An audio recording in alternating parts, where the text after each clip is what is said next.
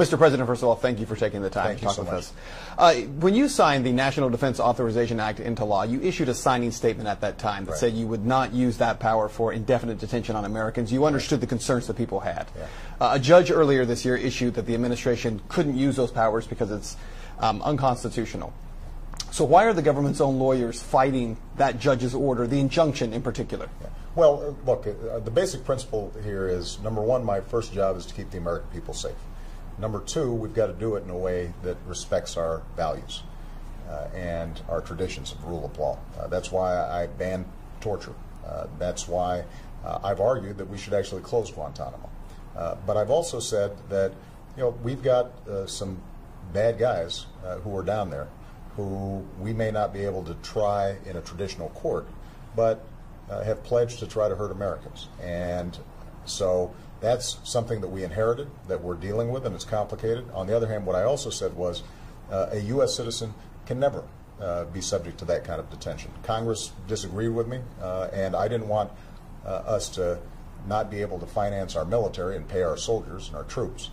So I signed the bill, but what I also said was, look, that I'm never going to use this power, and you know, what I would suspect is that the courts are going to agree with us over the long term that that is not something that you can use when it comes to U.S. citizens. Well, let me ask you then also about the so-called presidential kill list that's gotten a lot of attention, and this list of folks who have been targeted for assassination. Right. And on that list have been U.S. citizens who have not been afforded trial, including Anwar al-Awlaki.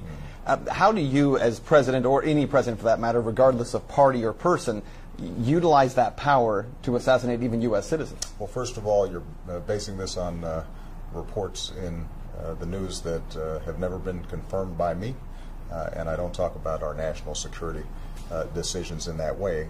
More broadly, though, our goal has been to focus on al-Qaeda, to focus narrowly on those who would pose an imminent threat to the United States of America, and that's why it's not just bin Laden, but a whole tier of al-Qaeda leadership has been taken off the field.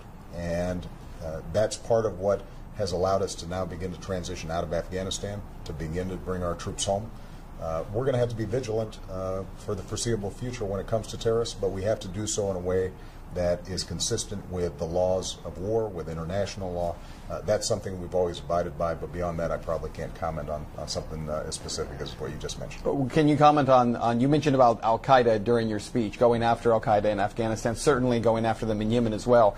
And yet there's some concern about the U.S. funding the Syrian opposition when there are a lot of reports that al-Qaeda is kind of heading up that opposition. How do you justify the two? Well, I share that concern, and so what we've done is to say we will provide non-lethal assistance to Syrian opposition leadership that are committed to a political transition, committed to an observance of human rights.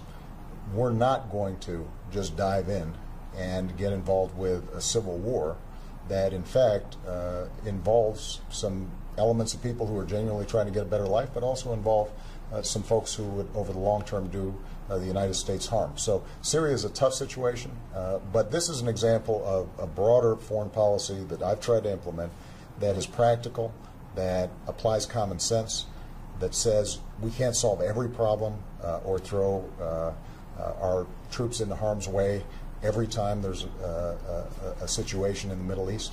What we have to do is selectively say, what is it that is most important to protect U.S. persons, U.S. property, our bases around the world, and how can we help those forces that care about human rights, those forces that are seeking democracy. We want to encourage them. In some cases, like Libya, we're able to make a difference.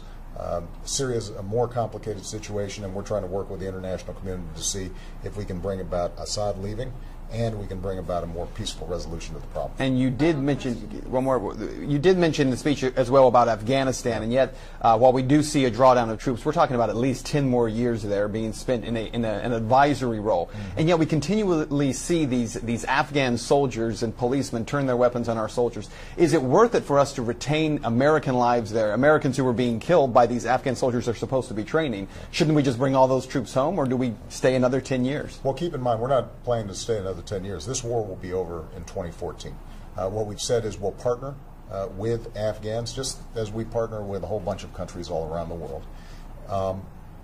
the recent spate of what are called green on blue attacks, where folks who are at least in Afghan police or military uniforms end up attacking us, is something that's deeply troubling, and our Joint Chiefs are spending a lot of time on. Keep in mind, though, there are 300,000 Afghan soldiers that are partnering with us.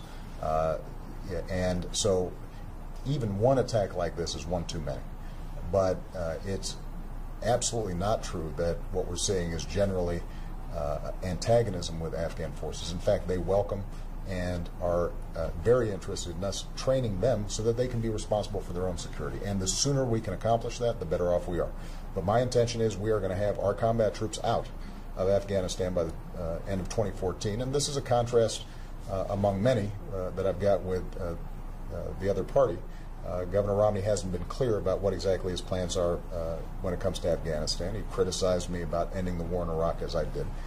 I think the American people understand that after a decade of war, our soldiers, sailors, Marines, airmen, Coast Guardsmen, and their families have made enormous sacrifice. They've carried an enormous burden. We need to focus our attention not only on going after al-Qaeda and terrorists who would attack us, but we've also got to do some nation building here at home. And that's going to be one of my number one priorities, is using some of the money that we're saving on war to help rebuild Ohio, help rebuild the United States, put people back to work, because we're only going to be as strong militarily as we are economically. And I think the choice in this election for a lot of folks is going to come down to who's going to be in a better position to strengthen our economy and our middle class, who've been taking it on the chin for over a decade now. And I'm confident that the plan I'll present on Thursday is going to be a better plan.